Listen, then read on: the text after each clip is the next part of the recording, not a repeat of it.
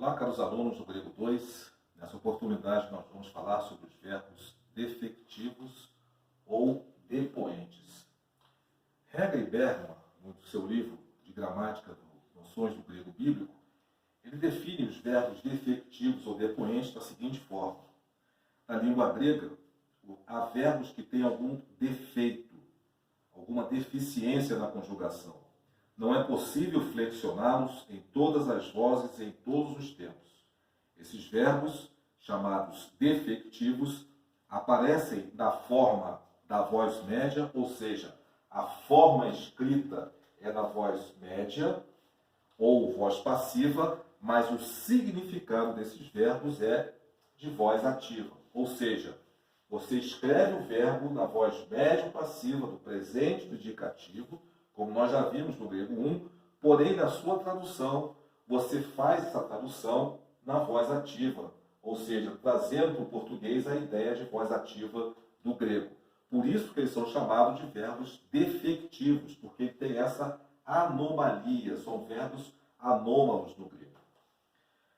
Esses verbos também são chamados de depoentes, porque eles depõem o seu significado de voz média e voz passiva, como, por exemplo, o verbo eromai não pode ser conjugado na voz média. Por exemplo, eu não posso falar eu me venho, eu venho para mim, ou eu vou para mim, ou eu me vou. Tampouco posso conjugá-lo na voz passiva, eu sou vindo, eu sou ido. Fica até estranho, fica desconexo. Então, não tem como você conjugar esse verbo, muito embora escrito na voz médio-passiva, não tem como você traduzi-lo para o grego ou trazendo para o português a ideia da voz médio-passiva. Por isso são chamados de depoentes, porque eles depõem, eles jogam fora essa possível tradução da voz médio-passiva. Vamos então ver como esses verbos são conjugados.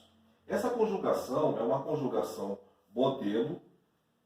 Eu peguei o verbo eromai, mas qualquer verbo do vocabulário, eu recomendo que vocês leiam o vocabulário da lição 15.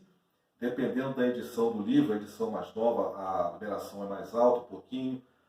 Nesse que eu tenho, que é a edição mais antiga, a numeração é mais baixa. Então há uma diferença na numeração da página. Mas a lição é a lição 15. Ao final da lição 15, antes de nós começarmos os exercícios do livro, há um parágrafo destinado para verbos defectivos ou verbos depoentes. Quero chamar a atenção de vocês para essa característica. Essa é a característica principal, fundamental dos verbos depoentes. Eles são escritos na voz médio-passiva, porém são traduzidos como se fosse voz ativa. Esse verbo, por exemplo, ou esses verbos, você não vai encontrá-los, por exemplo, nessa forma. O verbo eromai você não vai achar assim, ó. Erro. Não existe isso. É eromai. Essa é a forma lexical desses verbos. Ok? Vamos então para a tradução desses verbos. Como ele é um verbo escrito na voz médio-passiva do presente do indicativo, obviamente que a sua conjugação irá pegar emprestado, tomar emprestado, as terminações da voz médio-passiva do português. Então eu tenho aqui a primeira pessoa do singular, eromai, eu vou ou eu venho. Ele pode significar essas duas possibilidades de tradução, venho e vou.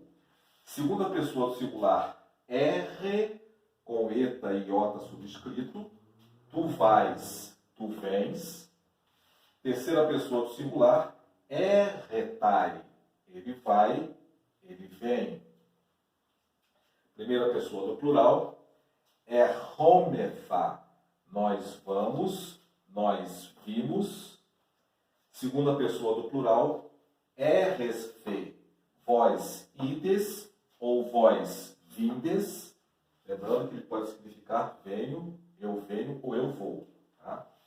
E terceira pessoa do plural, errontai.